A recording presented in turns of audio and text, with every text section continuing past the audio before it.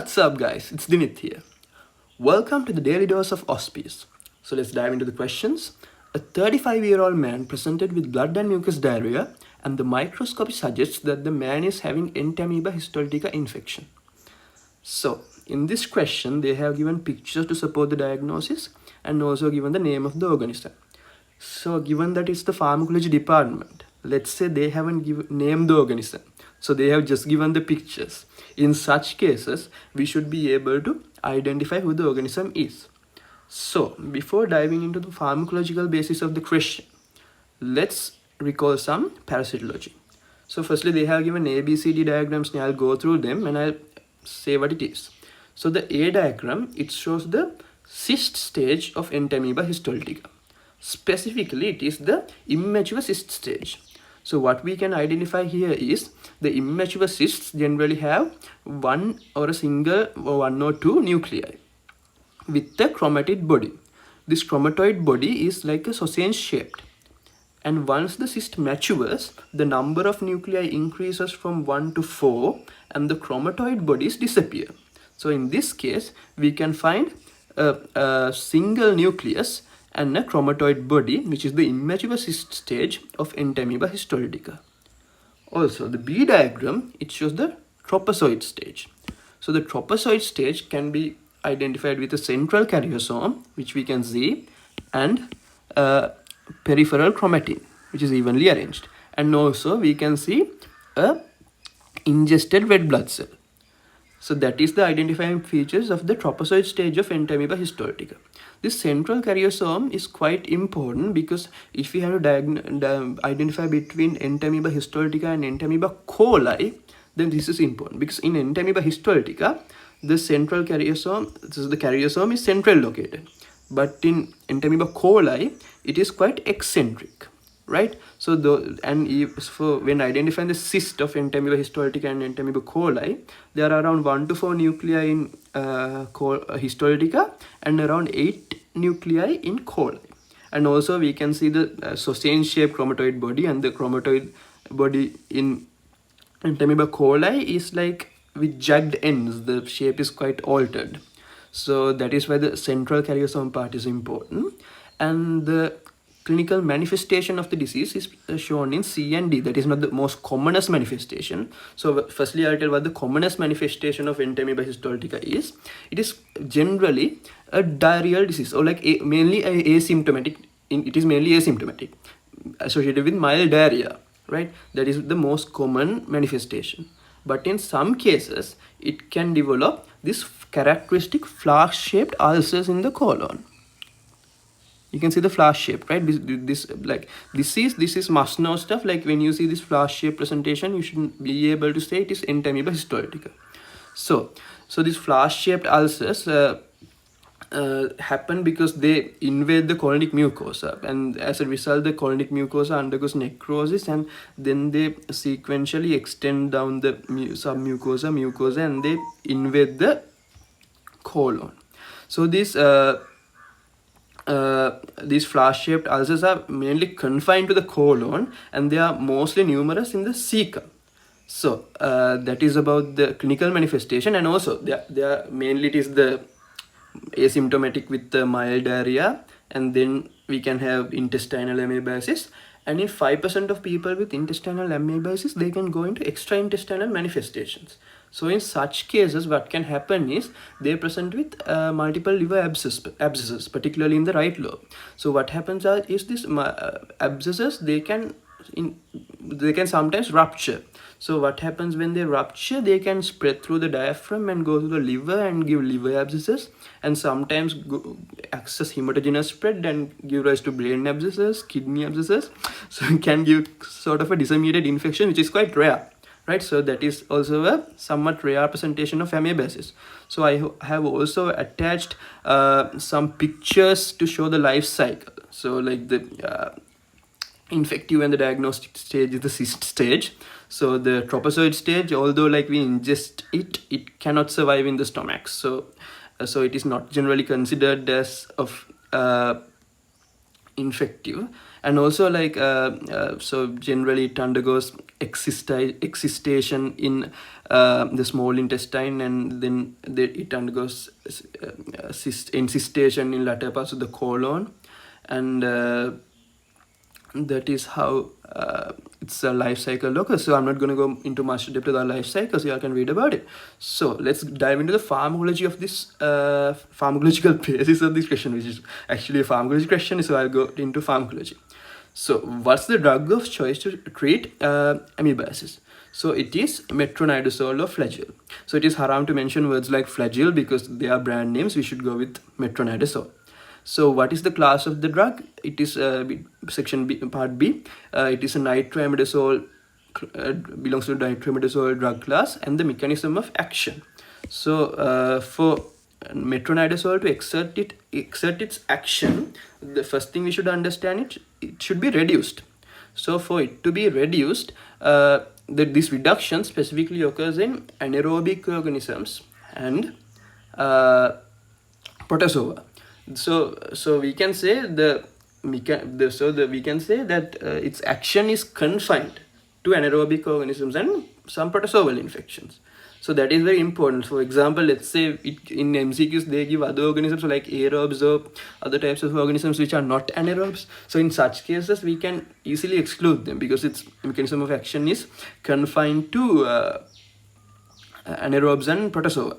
So what happens here is once it's reduced, it produces nitric oxide free radicals. So like from basic sciences, biochemistry, these nitric oxide free radicals normally cause DNA damage and DNA fragmentation. So in such cases, the anaerobic bacterial cell is damaged, and as a result, the cell dies. So that is the mechanism of action. So inhibits nucleic acid synthesis by forming NO radicals which disrupt DNA of microbial cells. So another thing, when we give it to humans, so like it specifically affects the anaerobic bacteria and the human cells are preserved. So that is also a plus point of the drug. Going back the other question, the man is a chronic alcoholic. What's your main advice on this patient? Describe the pharmacological basis of your advice. So generally what happens here is there's something called the disulfiram effect. So we generally advise people not to take alcohol while is prescribed to metronidazole, and even 48 hours after completion of treatment. So apart from that, so I'll get into what this disulfiram effect is. So normally we have learned in biochemistry that how this ethanol is metabolized, right? So firstly by alcohol dehydrogenase to acetaldehyde with then interested. This in detail is not needed. Just knowing the term disulfiram effect is more than enough. So what happens is these drugs inhibit acetaldehyde dehydrogenase. In such cases, acetaldehyde can accumulate. So it can present with hypotension, tachycardia, nausea, vomiting, and discomfort. So that is the disulfiram effect. So because of that, we advise the patients not to take alcohol.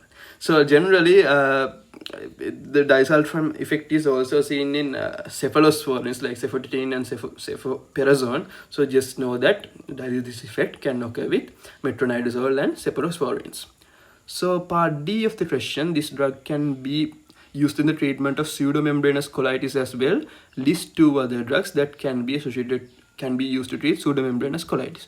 So this pseudomembranous colitis is a form of colitis which is associated with using antibiotics. So it is sometimes called as antibiotic associated diarrhea. So generally, so what happens is, so as I remember, it forms some toxins as toxin A and B. So these toxins damage the colonic mucosa, and it gives rise to, and the cells undergo necrosis, and then it forms these pseudomembrane-like structures. So what happens is, because of these pseudomembranes consistent spread of these pseudomembranes, the water absorption from the gut contents is reduced. As a result, it gives rise to a watery diarrhea with other features like abdominal discomfort and so on and so. So generally when we treat antibiotic associated diarrhea, like which is caused by Clostridium difficile, generally let's say it's the first episode with normal CRP levels and low white blood cell, normal white blood cell counts, we generally treat them with metronidazole. But let's say it's a severe infection, so it is associated with elevated CRP, elevated white blood cell counts with fever and all those things. Then we add vancomycin. This detail is not needed. I'm just mentioning for interest's sake. So in that cases, we can give both metronidazole and vancomycin as like a co-treatment. Fidoxamycin is also another drug. So in this question, they have asked for 2 drugs, right? Yeah. So metronidazole they have already mentioned. So vancomycin and fidoxamycin. This fidoxamycin we don't see it much in wards. So that's the other drug that is given in antibiotic-associated diarrhea by Clostridium difficile. So since we discussed about metronidazole, I'll recall some points about metronidazole, right? So metronidazole, we already discussed about the mechanism of action. So pharmacokinetics, if we take the pharmacokinetics, actually it has good pharmacokinetics with good oral bioavailability and well distributed. It also distributes in breast milk, and also it can go well distributed all over the body. It also it can reach the level of abscesses and all that. And also like metabolism, it is metabolized mainly in the liver, and excretion is mainly by urinary excretion, mainly urinary. And apart from that, its indications, generally metronidazole is indicated for in the case of protozoa, it is indicated for Trichomonas vaginalis, and like we mentioned, Entamoeba histolytica, and Giardia intestinalis, and also it can be given into bacterial vaginosis in such cases. So and also it is indicated for intra-abdominal infections and peritonitis. What else? And also like in cases like Helicobacter pylori, so the triple therapy, generally it is indicated to give a proton pump inhibitor like omeprazole, and macrolide like clarithromycin, and amoxicillin, amoxicillin. So generally that is the basic triple therapy. Let's say the patient is hypersensitive to penicillins. In such cases, we can replace this amoxicillin with metronidazole and give the adjusted triple therapy as metronidazole and clarithromycin and the proton pump inhibitor omeprazole. So that is how we can adjust in patients who are beta-lactam sensitive, hypersensitive. So that is about it. And other indications of the drug, even for abscesses, we can treat with metronidazole. And let's go into adverse effects. Mainly the adverse effects are GI related, so it's like loss of appetite, diarrhea, nausea, vomiting, the typical ones, and it can give metallic taste in mouth. So once there's metallic taste in mouth, it's important to give as a patient advice that this can occur and it is normal metallic taste. And the other adverse effects of metronidazole, we can have for long-term treatment, for systemic doses for a long time, it can give neurological symptoms, right?